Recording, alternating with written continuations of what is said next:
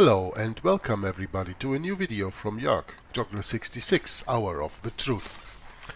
Well, as you can hear, I'm still having my cold. We have today the 6th of February 2018.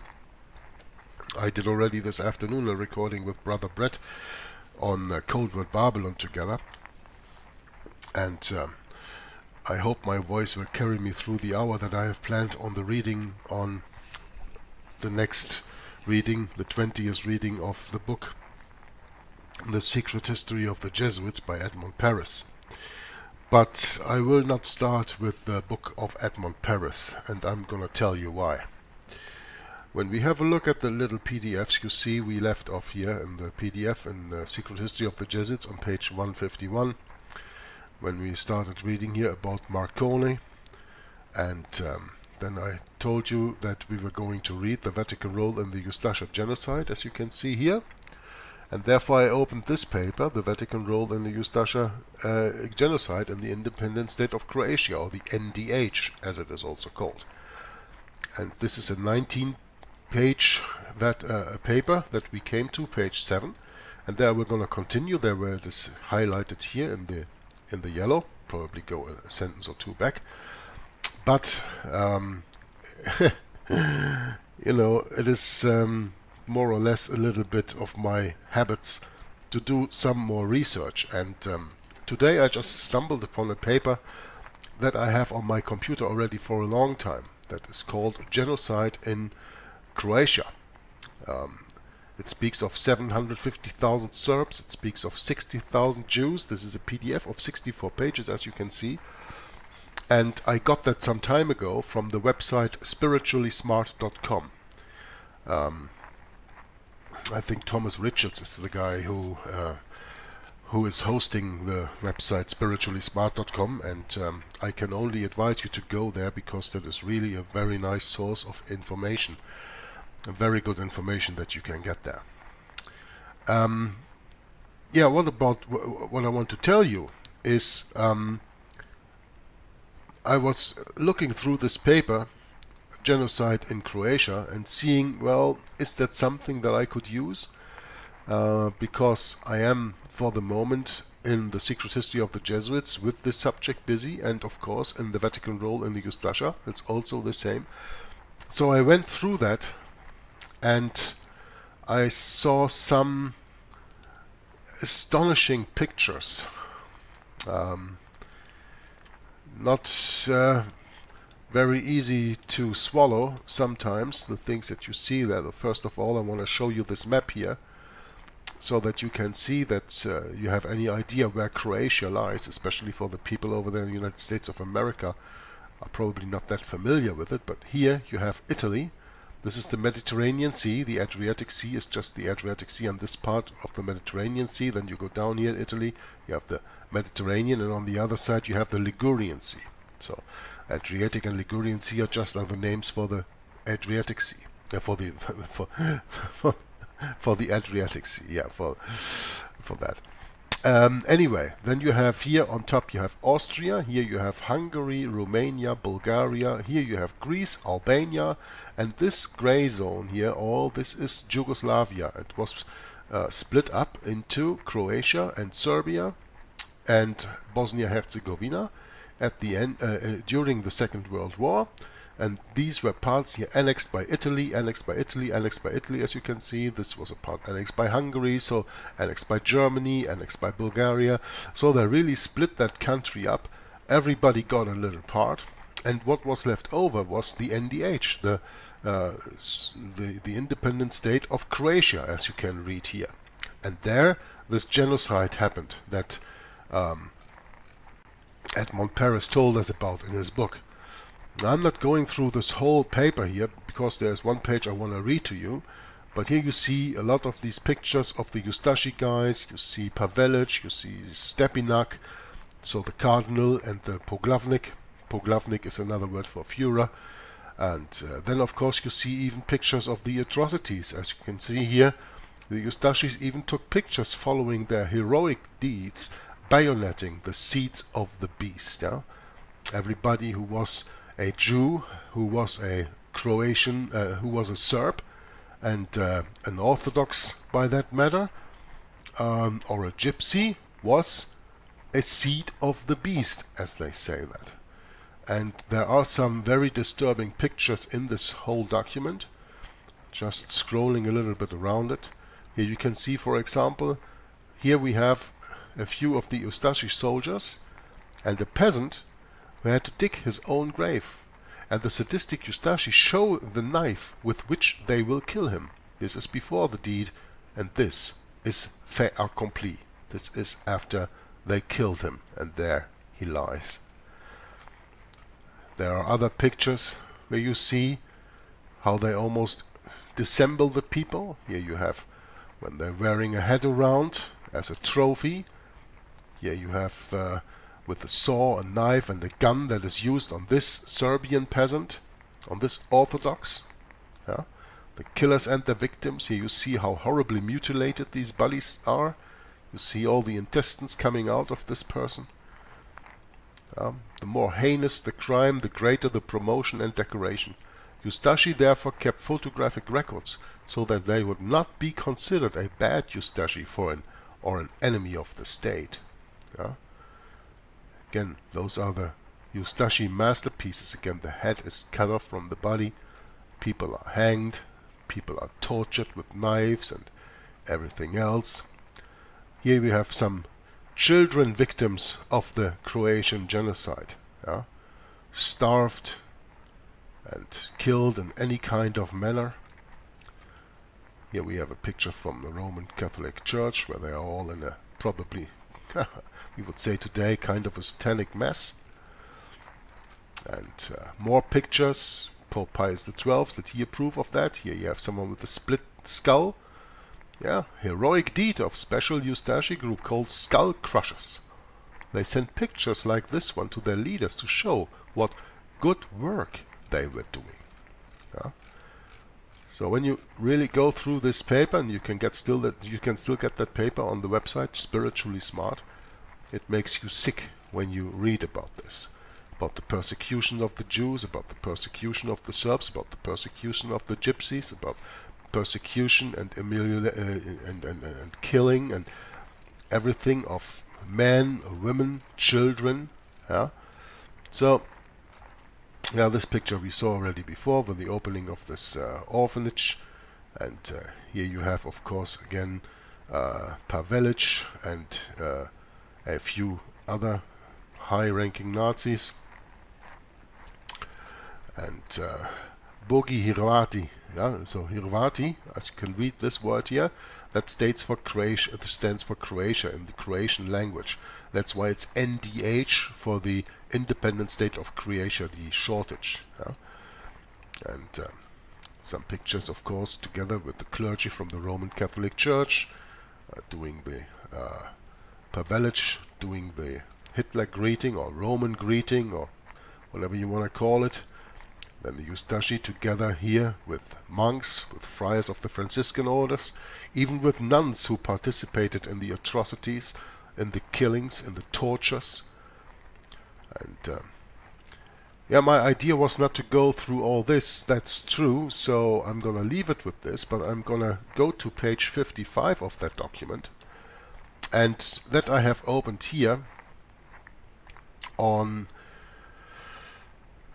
the website spirituallysmart.com, as you can read here on the top. I'm on spirituallysmart.com. I opened this document, and this is a PDF that you can get from that site. And I'm on page 55. I just scrolled all through the pictures, and now we are going a little bit to this here. So, but before I'm going to read this, I want to put the picture here so that you can have this picture in the meantime. And I'm going to read to you what is standing here, because this, what is here on page 55, I find very intriguing. I find very important to read. I find very important to share with all of you, that we really learn what this Holocaust was all about. I mean, think about it. Why are they only always speaking about the Holocaust of the 6 million Jews that were killed by the Germans, and never speak about the Holocaust that was perpetrated against the Orthodox Serbs against the Jews and against the Gypsies in the satellite state of Croatia? Well, the answer is, and I can make a complete own video on, the answer is, of course, that the Holocaust the Germans perpetrated is needed in the minds of the people because they need to justify their state of Israel, because of the Antichrist futurist agenda. Yeah? Because the Roman Catholic Church, the whole world teaches, no, the papacy is not the Antichrist. The Antichrist is someone who comes in the end of time. Yeah? And we are not supposed to know who the Antichrist is, and we don't need to care about it anyway, because we are being raptured out here. That is the 70 weeks of Daniel's prophecy. Then the Antichrist will be revealed. That's what they tell you. And real Bible-believing Christians and Bible students and history students, interested people who follow readings like this, know that the Antichrist always was, is, and always will be, until Jesus Christ comes back, the papacy of the Roman Catholic Church. So they talk about this Holocaust all the time because they need to justify that state of Israel over there. What are they going to do with it? There are many meanings about that. In my meaning, in my humble opinion, that state of Israel over there at the Mediterranean is just one big concentration camp. And the Roman Catholic Church hates the Jews from before the time of Jesus and surely after the time of Jesus. I'm not going to go into that. But we are speaking about what the secret history of the Jesuits is. Okay? And therefore we have to understand that when we come to this Croatian subject, that everything, the Ustasha that was founded there, and Pavelic, the Poglavnik, the leader of that country, and Cardinal Stepinac, and the papal nuncio, Morcone, or what his name was. We read about him in the Secret History of the Jesuits. Marconi, right? Wasn't it Marconi? Here? Yeah, Marconi, the Holy See's envoy. That these guys all were there because of the Jesuits. So what I'm going to read to you right now is actually Jesuit politic. What does it read here? It reads how to become a human butcher. What does that mean? Humans are not to be butchered. I mean, in my opinion, because I am vegan, even animals are not to be butchered, but certainly humans are not to be butchered. But when you are having an agenda that needs to kill hundreds of thousands, even millions and millions of people, you need people to do their bidding, like they did all through the Dark Ages in the Inquisition, when they butchered the people with their torture. I mean, read Fox's Book of Martyrs or things, and sometimes some things you read like that and you say, oh wow, that was awful, people did that. I want to read to you this account of this 19-year-old Jose Oreskowicz and tell you about what he experienced and how he was made a butcher of humans. Now just look at these pictures here. A poor peasant woman and a child that did not live to tell the story. Nor did these notorious enemies opposed to Andrija Artukovic and their Ustasha. Are these really notorious enemies? Look at this poor woman. This peasant woman will be able to quote-unquote see the murderers Artukovic and Pavelic. Their Ustasha gouged her eyes for the Poglavnik's collection. And then you're going to say, oh, that is just a joke, they didn't do that. Well, in another part in this document, what I'm going to read to you here on page 55, I don't know where to turn there, I read through it that a guy was sitting in the office of Pavelic, and he had like of a little a bowl in his office standing there, and going in there with his hands, and it's like oysters, and that was just a collection of more than 40 human eyes that were gouged out of the faces of the people, like with this woman they did.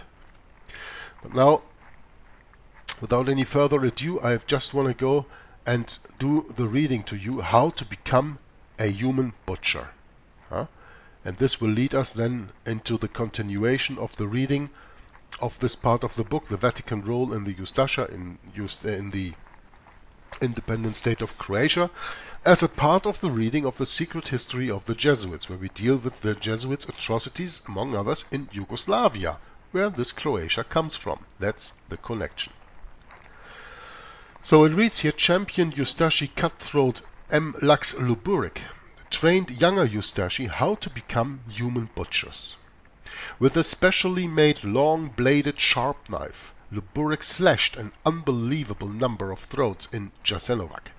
You know, Jasenovac is one of the biggest concentration camps they had over there in that independent state of Croatia.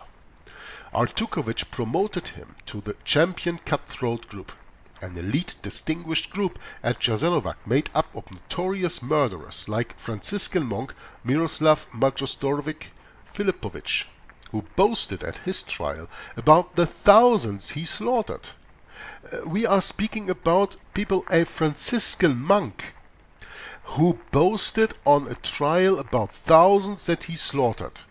Is that what a monk is supposed to do? But also, next to Miroslav Majostorovic Filipovic, Father Zvonko Brekalo, Father Kulina Zvonko Lipovac, and others. How to become a human butcher. I'm going to make this a little bit bigger. That's easier for me to read then. And you can still follow along. Jose Oreskovic, age 19, entered Ustasha in Zagreb, that is the capital of Yugoslavia at the time, in 1941. He was captured in late 1942. In his own words, he related his gruesome story in a calm, matter-of-fact manner, his training, his reaction, and his ultimate participation in human butchery. What follows now is a complete quote. This is a verbatim of what he said. The quote starts, "They," and there he refers to the interned people of the concentration camp like Jasenovac, "they slept under the bare sky. They were given only salty fish to eat, but although water was put in sight, they were not given any. The camp commanders ordered us to separate 200 prisoners from the first group. We then took them to the sea, that is the city of Pag, where they were slaughtered. 200 people were slaughtered at the sea by the city of Pag. Some of my comrades and I couldn't stomach the slaughtering. We couldn't do it. Then the commanders reprimanded us and upbraiding us, asking what kind of Croatians and Ustashi were we. They said, he who could not kill with joy a Jew, a Serb, a Gypsy, or a Communist was not a Ustashi. In order to win us over to do the killing, they gave us younger ones wine and liquor. They brought in girl prisoners, stripped them naked, and told us to choose whichever one we wanted. However, after the sexual intercourse with the girl, we were to kill her. Some of the boys got drunk and got carried away. They were able to do it. I couldn't. It revolted me, and I said so openly. A few days later, a high functionary, Luburic was his name, came to the camp from Zagreb. He came to see the work at the camp. That's when the real massacres began. Our men killed so many people that the whole sea around Pag was red with blood. You know, this reminds me of the river Seine in Paris, who was, as they say, red with the blood of the martyrs of Jesus, the Protestant Huguenots who were killed in the Saint Bartholomew massacre. Continuing, he says, Luburic was informed that I and some of the others had refused to kill. Luburic then called all of us Ustashi together. We stood in formation. He made a speech in which he said that those who could not kill Serbs, Jews, Gypsies and Communists were traitors to the Ustashi state. He then asked who of us could not kill. I answered, as did several others. Since my voice was the first to speak out, Luburik called me out of line, and as I stood in front of the formation, Luburik asked, "What kind of Ustasha are you, if you cannot kill a Serb or a Jew?" I told him that I was ready to give my life for the leader, Poglavnik Pavelic, at any time, and that I would be able to kill an enemy in battle. But I just could not kill unarmed people, especially women and little children. He laughed so loud and said that this, too, was a battle. That Serbs, Jews, Gypsies and partisans were not people but wild beasts, and that it was the duty of all us Ustasha to clear Croatia of this pestilence, and whosoever refused to assist is as much an enemy of the leader and Croatia as they were. So in other words, what did George W. Bush say after 9/11? Whether you're with us or you're with the terrorists, right? What does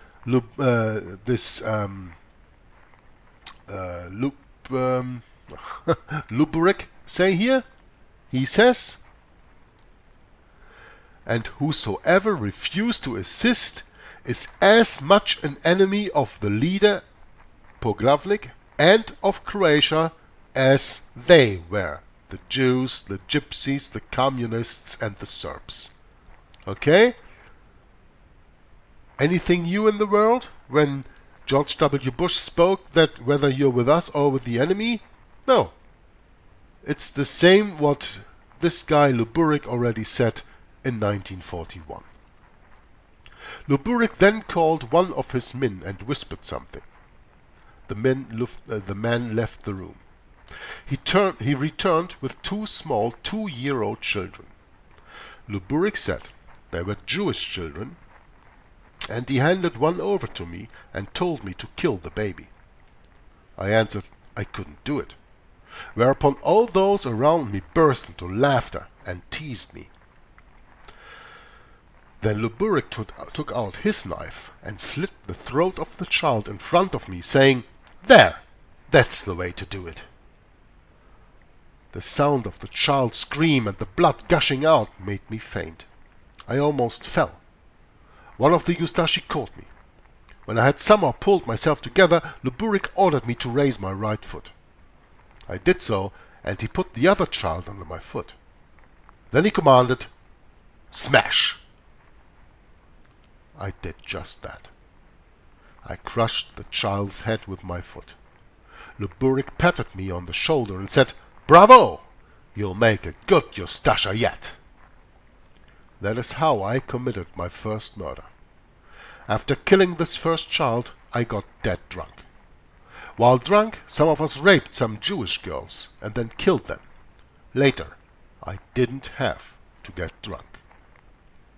Afterwards, when Slano was liquidated and all its prisoners killed, I was sent to the district of Korentia to clean out the Serbs. You know what my record is there.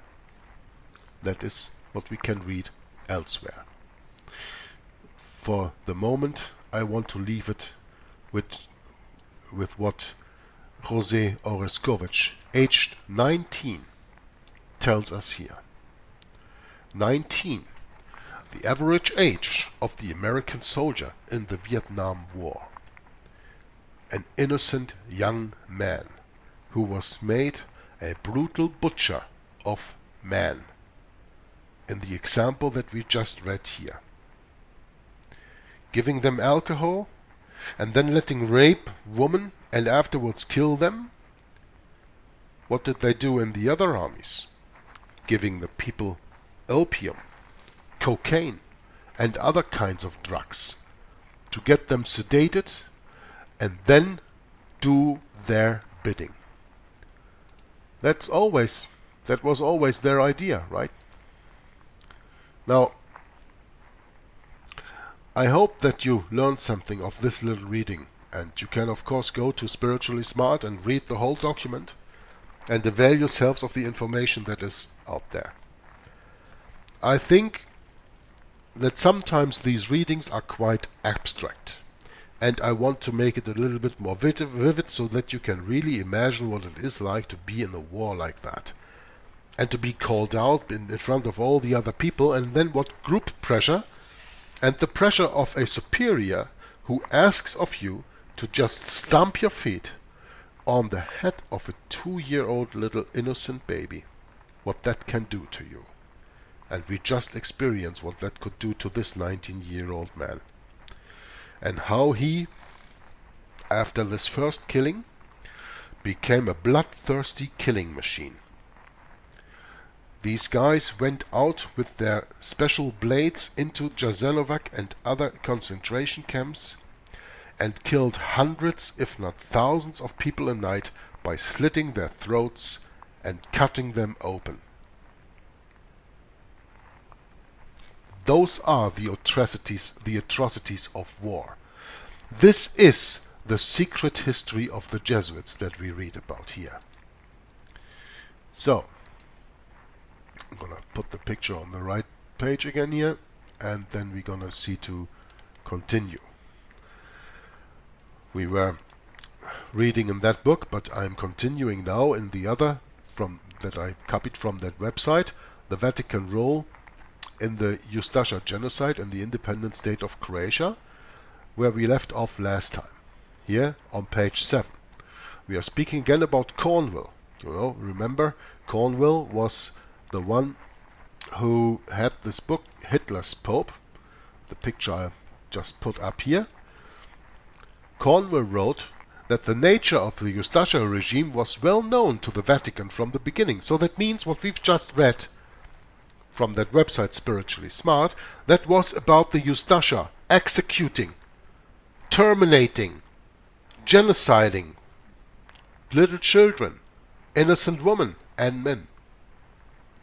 And that nature of the Ustasha regime was well known to the Vatican from the beginning. From the outset, the public acts and statements concerning ethnic cleansing and the anti-Semitic programs were well known to the Catholic Episcopate and Catholic Action.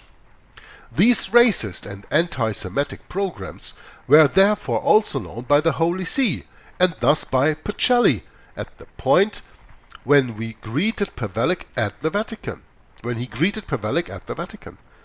These acts were known, moreover, at the very point when clandestine diplomatic links were being forged between Croatia and the Holy See.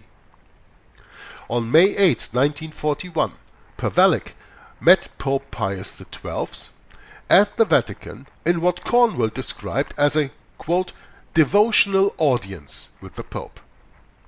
At this meeting, the Vatican de facto recognized the so-called independent state of Croatia, the NDH. You know, make the distinction between de facto and de jure.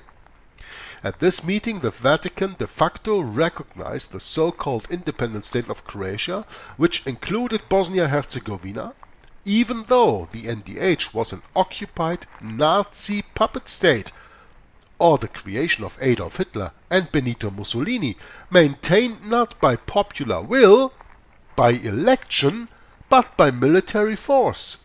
Moreover, Abbot Ramiro Marconi, the papal nuncio to that country, was appointed the apostolic legate or nuncio to Zagreb, the personal representative of the Pope to the NDH. Marconi was a priest of the Benedictine monastery of Montevergine.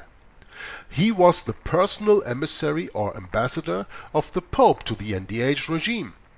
Marconi and his secretary, Giuseppe Masucci, would visit the NDH and be photographed with Antipavelic, Andrea Artukovic, Aloysius Stepinac, and German and Italian military officers. He was photographed with Pavelic in the town of Zaprezic, northwest of Zagreb, with his secretary Giuseppe Masucci. He was also photographed with Stepinac together with Roman Catholic priests and fascist military officers who are shown giving a fascist salute. We have seen few of these pictures, and I'm going to show to you a few more here. Like for example, here you have Marconi and doing the Hitler greeting by Pavelic here. And here you have Marcone and Pavelic again. Here you have this picture. Here you have them leaving a church. Okay, and these are pictures that we are going to see a little bit later on. But here you have Monsignor Ivan Tsaric, also a Ustasha covering from the Roman Catholic Church. Here you have Stepinac and Marcone together with a Nazi general. Let's leave this picture on for a moment. Giuseppe Ramiro Marcone was born in 1882 in Italy. He was ordained a priest of the Order of St. Benedict in 1906. In 1918, that means at the end of World War I, he was appointed the abbot of Montevergine monastery in Italy. He lectured in philosophy at the College of San Anselmo in Rome. According to Cornwell, the author of Hitler's Pope, Marcone had clearly been selected to soothe and encourage the Ustasha leaders by Pacelli himself.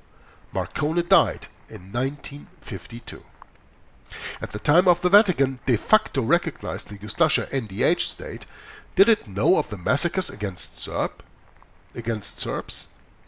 The atrocities were described by Carlo Falconi in his documentation of the crimes in The Silence of Pius XII, which was published by Faber in 1970 in London.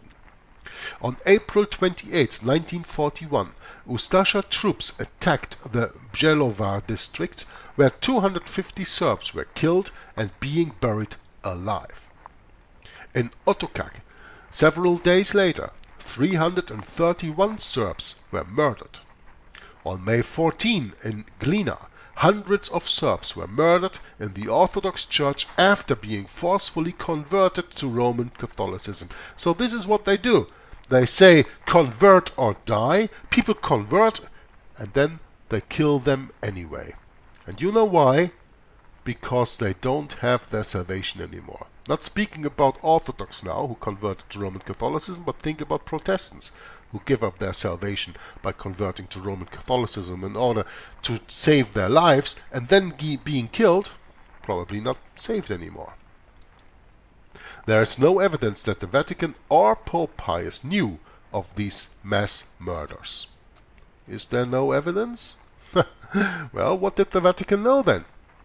The Vatican knew that Ante Pavelic was a totalitarian dictator, a fanatical Croat ultra-nationalist zealot and Roman Catholic who was sponsored and installed in power by Adolf Hitler on the one hand and by Benito Mussolini on the other.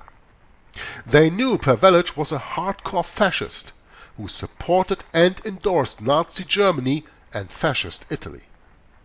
They knew about the anti-Serbian, anti-Jewish, anti-Roma laws that the NDH had passed.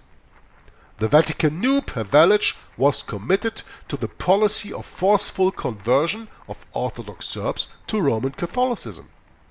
Moreover, the Vatican knew also that the NDH was a Nazi puppet state created by Nazi Germany that was under German military occupation and control. The NDH was not recognized by the United States, Great Britain or the Soviet Union. The NDH declared war against the Soviet Union and sent Croatian volunteers to participate in Operation Barbarossa. Operation Barbarossa, for the ones who don't know, that was the German campaign against Russia. The NDH had even declared war on the Allies, declaring war against the US and Britain on December 12, 1941, and had sent 8,000 troops to the Russian front, even sending troops to Stalingrad. The Allies did not recognize the NDH, an Axis belligerent or enemy state. The Vatican, however, did, even if de facto. The genocide committed in the NDH was open and common knowledge. In the Catholic Church and the Holocaust between 1930 and 1965, in Indiana University Press from 2000, historian Michael Fayer concluded that, quote, "It is impossible to believe that Stepinac and the Vatican did not know that the Ustasha murders amounted to genocide." Unquote. It is impossible to believe. Why? because even though they maybe don't admit it, every finger points at them. Every finger points at their knowledge, at their involvement. Yeah?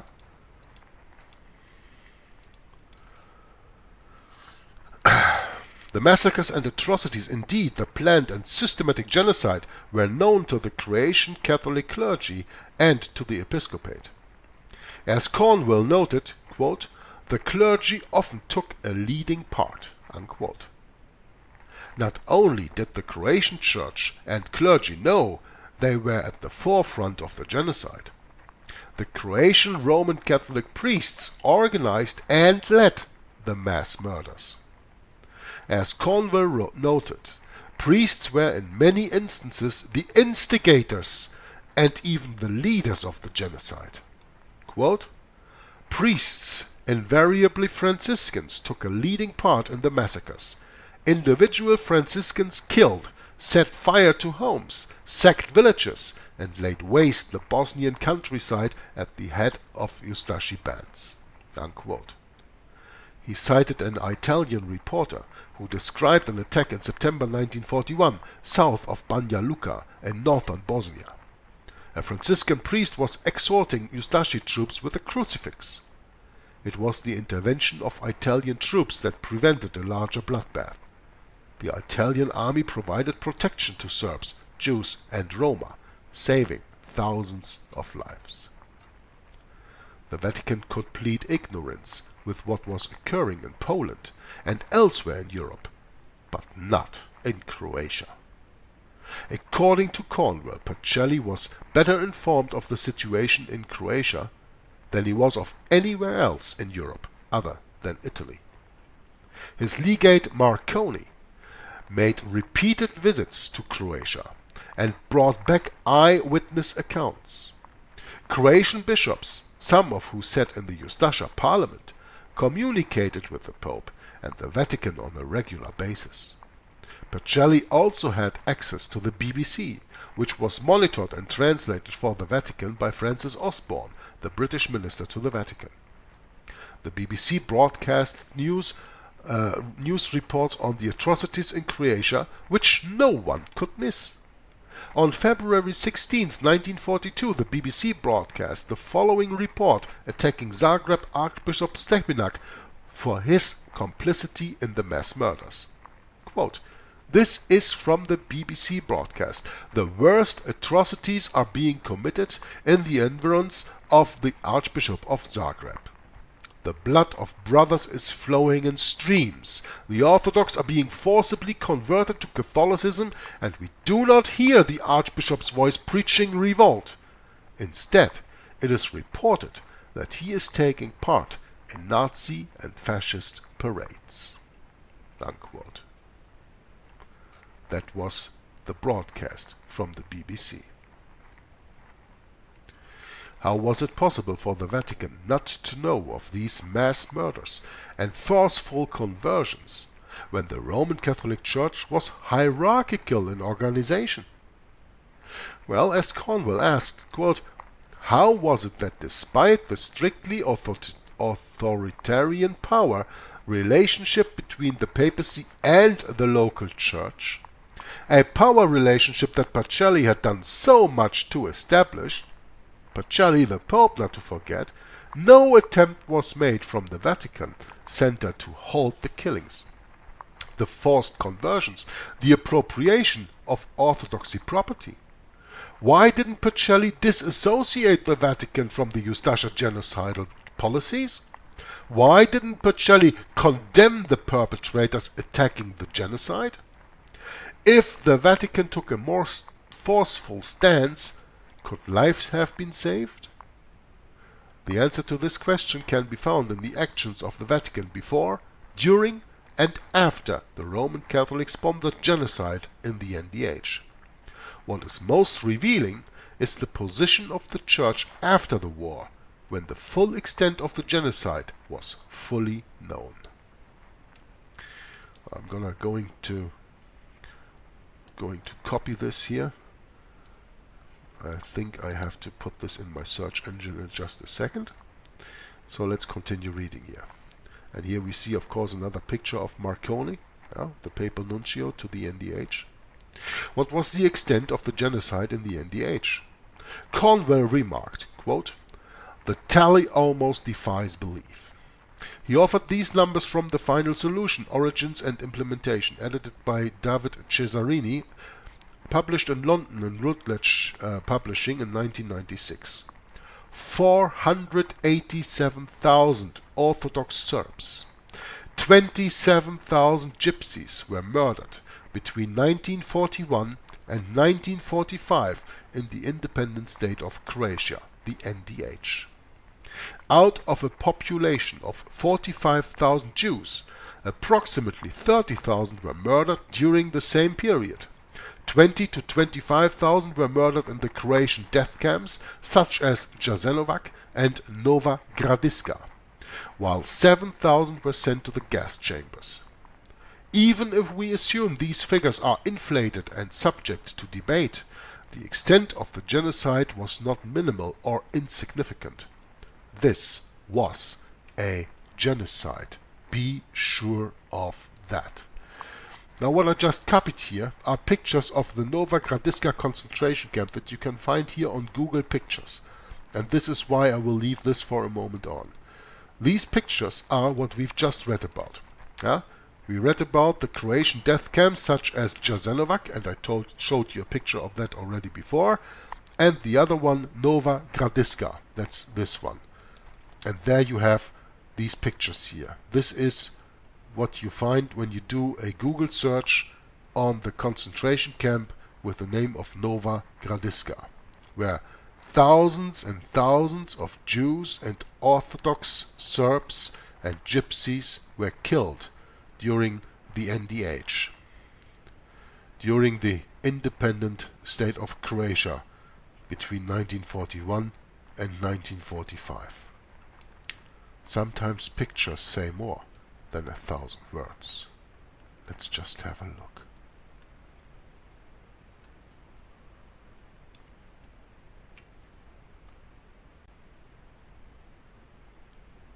As you can see, most of the pictures are original from that time. Sometimes they get idiotic pictures in a search like this.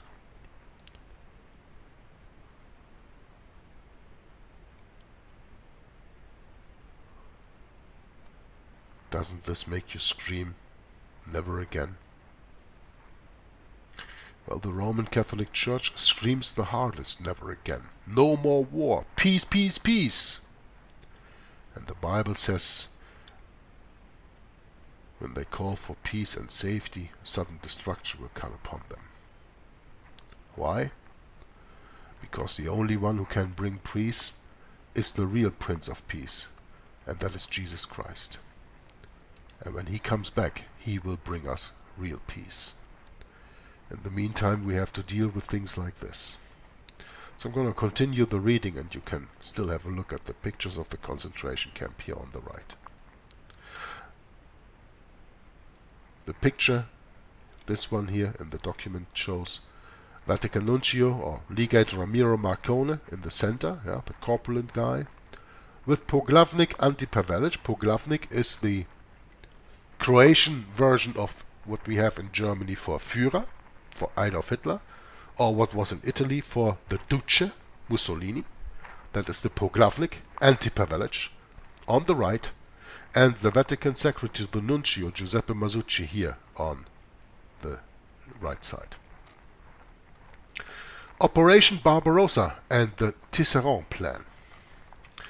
Let's just see how far we are. Okay, just had to check that. The Vatican regarded the Soviet Union and the spread of communism as their greatest threats. Yeah, of course I have to make a little comment here, because we know that that is not the truth. That is what they say to the outside. That is the exoteric teaching. The esoteric teaching is something else. The Vatican started the communism through the Jesuits with the reductions of Paraguay. You remember in earlier parts of the book reading of the secret history of the Jesuits, we went into the reducciones of Paraguay. That was where communism was perfected. And then they started the Bolshevik Revolution in Russia to get rid of the Tsar, who gave aid to Abraham Lincoln during the Civil War in the United States of America. Therefore, he had to be killed. That was revenge. And of course, the Jesuits installed atheistic communism in the quote-unquote Soviet Union after that, because in that way they could kill off the Orthodox. Like the same Orthodox, yes, we are speaking about here in Serbia. The Orthodox Church, you have the Eastern Catholic Church, let's call it that way. There was a schism in 1054, and the Eastern Catholic Church split from the Western Catholic Church. That was the Roman Church, and the Eastern Catholic Church became the Orthodox Church. They were not in agreement with the Western Catholic Church, with the Roman Catholic Church, about the Ultramontanism, the situation, the leading position of the Pope, first and for all, that the Bishop of Rome was the universal bishop, the Pontifex Maximus. That hierarchical system they did not agree on, and they did not agree on Mariology and all the idol worship within the Roman Catholic Church. That's why they split up. And so you have the Western Church and you have the Eastern Church. And that Eastern Church, of course, was for the most part centered in Constantinople, but at that time Constantinople was already taken over by the Turks, by Islam. So you had that church in Greece, that's why you have the Greece Orthodox, and then going up to the north into Russia, and all the countries in between. And as you saw in the beginning of the map, what I showed you in this book, there you saw the surrounding countries. On the top of there, on the northeast of that, of course, is Russia. And the Orthodox Church was in Russia and was flourishing there, because the Tsar was the protector of the church.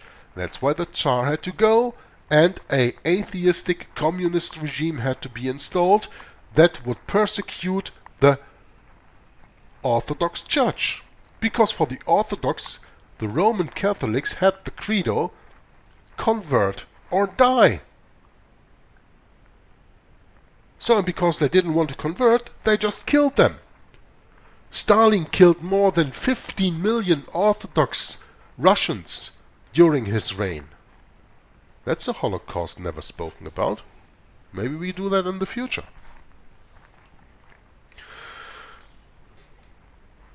But when it says here the Vatican regarded the Soviet Union and the spread of communism as their greatest threats, no, that's a joke, because the Soviet Union and communism was founded by the Jesuits. They always play both sides. They play the side of capitalistic West, United States of America first and for all at that time. They played the side of Nazi Germany. They played the side of fascist Italy. They played the side of communist Russia.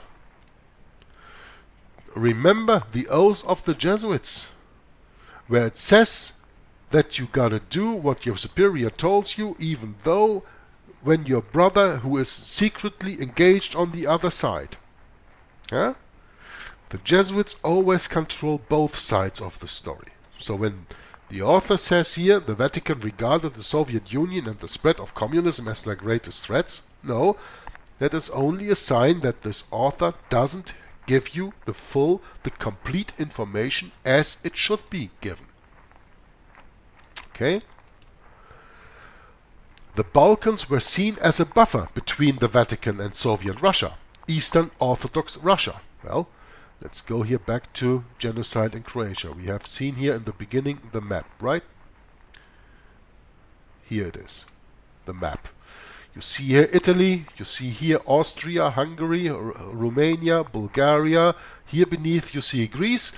And what is above Hungary and Romania? Russia. And here you have the buffer, Yugoslavia. And that's what we are talking about. The Vatican saw the conquest and destruction. It was the Balkans were seen as a buffer between the Vatican and Soviet Russia, Eastern Orthodox Russia.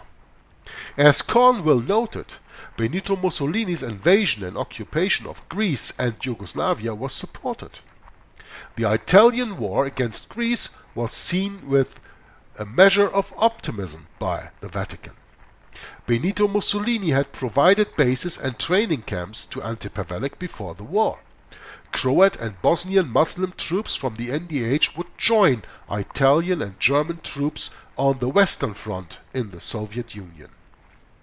The Vatican saw the conquest and destruction of Yugoslavia and Russia by Nazi Germany and Fascist Italy as opportunities for the expansion of Roman Catholicism into the East. The Germans go in there, kill all the Russians, convert or die. The Italians come from south via Greece and kill the Serbs and the Orthodox in Yugoslavia, also into Russia, convert or die.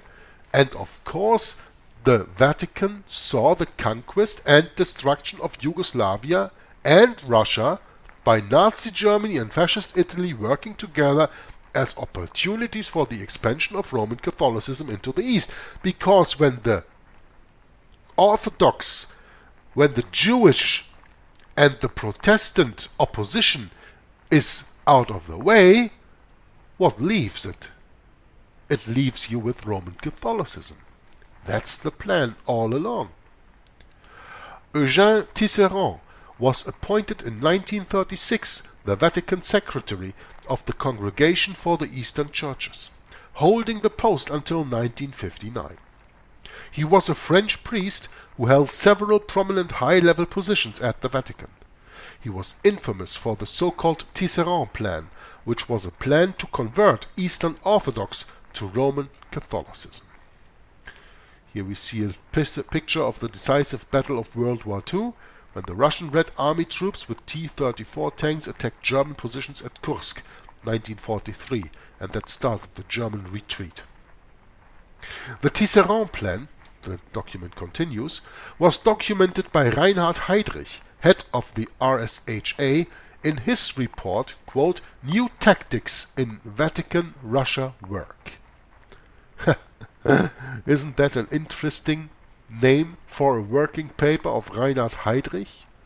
New Tactics in Vatican Russia Work?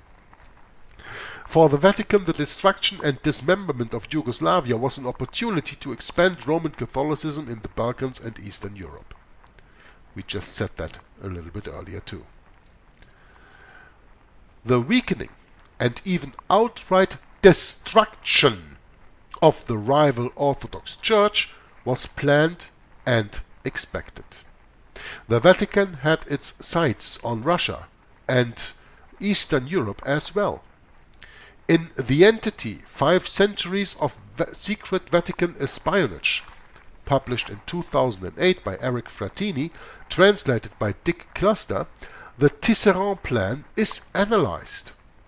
Tisserand and Father Robert Lieber devised the plan to use the German conquest and occupation of the Soviet Union to expand Roman Catholic influence. Testifying at the Nuremberg trials on October 2, 1945, Franz von Papen, the Knight of Malta and the Vice-Chancellor behind Hitler, stated, quote, "The re-evangelization of the Soviet Union was a Vatican operation, whether carried out through its missionary department or its secret service," meaning violence, meaning Jesuit shock troops, the SS, or the Ustasha in other places. What did I highlight right here? The re-evangelization of the Soviet Union was a Vatican operation. Re-evangelization? Well, the Catholicization of the Soviet Union. That were the plans all along. Getting rid of orthodoxy and installing Roman Catholicism. Installing the Church of Satan. In the Soviet Union, the plan was led by Niccolo Estorzi and Holy Alliance agents. Heydrich wrote in his report, quote, "The Pope's agents are taking advantage of the situation, and this must be stopped." Unquote. Vatican agents were infiltrating Nazi-occupied areas of Russia to convert them to Catholicism. The decisive battle of World War II was at the Eastern Front in 1943 at Kursk. This battle broke the back of the German army and forced it into a strategic retreat for the remainder of the war. Germany would lose the war. What the Vatican did was to prepare for the military defeat of Germany. The Vatican began to disassociate itself from the more extreme elements of fascism. Now I have to tell you something when I read this here. It becomes clear as water, clear as spring water. They could not continue with the war, and through the war the Catholicization, or the re-evangelization as Franz von Papen calls it, of the Soviet Union. They just couldn't go on with that. It would probably take too much time. So they decided to do it otherwise. Let Hitler retreat, destroy Germany, destroy Protestantism in Germany, and in the meantime installing communism with the Soviet Union very, very deep in Russia, former Russia, in the Soviet Union, and get all the all the Orthodox by convert or die, by the genocide that Stalin did later on. It was just a change of plans. The war did what he did, and now they are taking other measures, but the goal still stays the same. So what the Vatican did was to prepare for the military defeat of Germany. First they planned Germany must win because they work in our agenda, they work for the re-evangelization of the Soviet Union, but now we're gonna do it in another way, in another manner. And in that way, in the same way, well, we're gonna kill the Germans off also and crush Germany. The Vatican began to disassociate itself from the more extreme elements of fascism.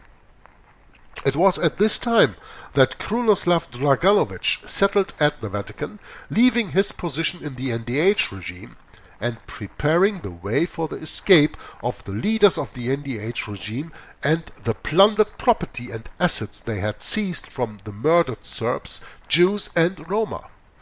Investigators after the war determined that $80 million was smuggled out of the NDH. The Vatican provided help in storing the proceeds and in allowing it to be laundered. And here I have to remember you that I'm going to read the book The Real Odessa by Yuki Goni, and then you can learn more on that subject. That subject of people fleeing these countries and coming into South America, Argentina, most and for all in the first place, Brazil, Chile, and of course via Operation Paperclip into the United States of America. Now I've reached 58 minutes and this was a quite extensive reading. I'm sorry I didn't finish, but I want to leave on a high note. And the high note is that next time we will continue in this paper about American knowledge. What did the Americans know? And I can tell you that it is getting very, very interesting. So next time in the 21st reading and discussion of the book The Secret History of the Jesuits, of which I have not read a word today, alright, we are going back to this paper, The Vatican Role in the Ustasha Genocide in the Independent State of Croatia. We will finish this because it's only 8 pages left and there are some pictures in there, so I'm gonna finish that in the next reading. And then we will go back into the secret history of the Jesuits and continue here with Cardinal Marcone where we left off, and we were gonna continue here.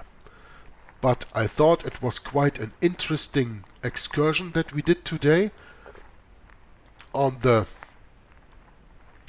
genocide of Yugoslavia, or the genocide of Croatia. the genocide that was done by Croatian Ustashis, by the Croatian hierarchy of the Roman Catholic Church, backed by Rome, that de facto acknowledged the NDH state of Croatia in the Second World War. And I also found it very important that we read this testimony of how to become a butcher of humans, as I read to you. Now you can say, well, that was brutal. Well, I'm only reading about it.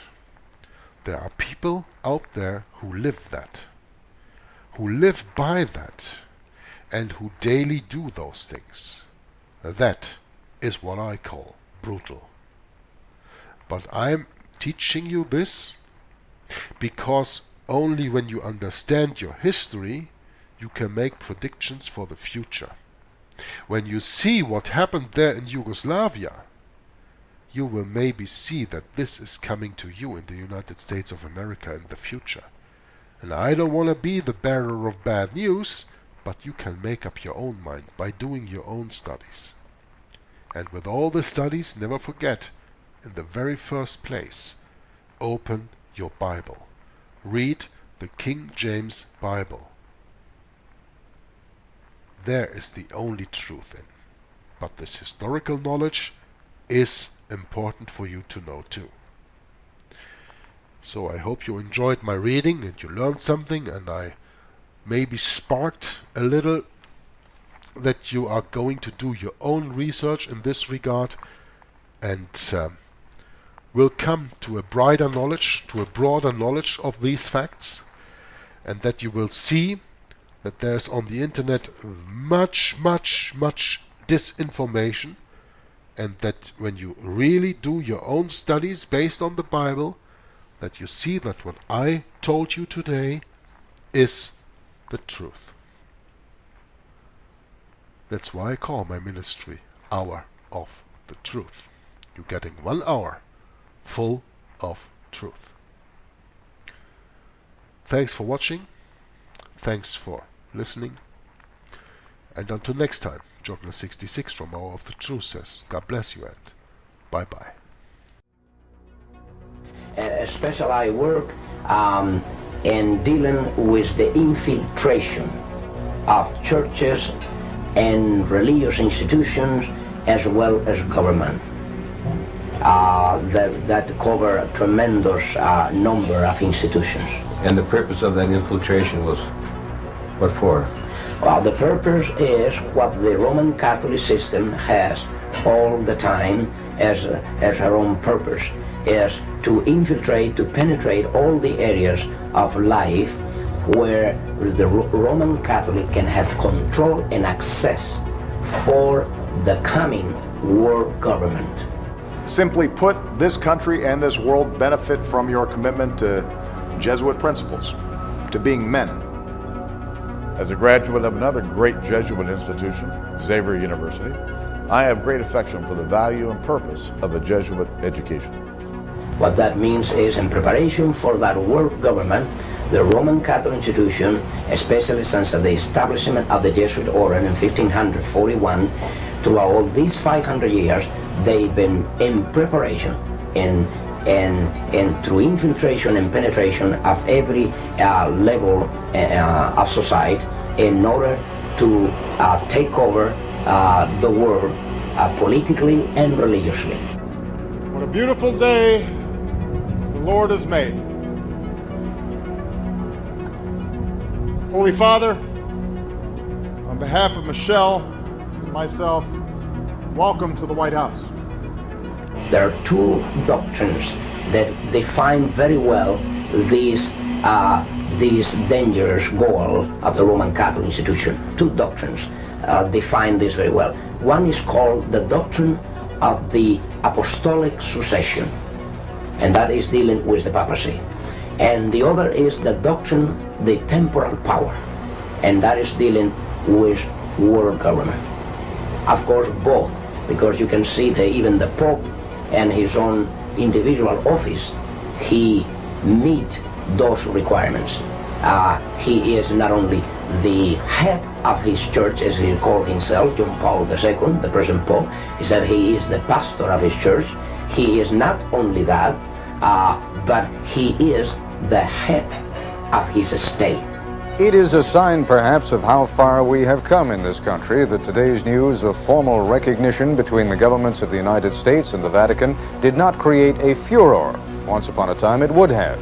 Once upon a time, and not all that long ago, it did. From the time of President Washington, there was the first president to be utilized by the Jesuits. If you were not aware of that, President Washington already was initiated by the Jesuits to bring about the first communication with the Vatican ever known in this country. From there on, President Reagan, to all this time, President Reagan has come to fulfill the greatest moment in the history of this conspiracy.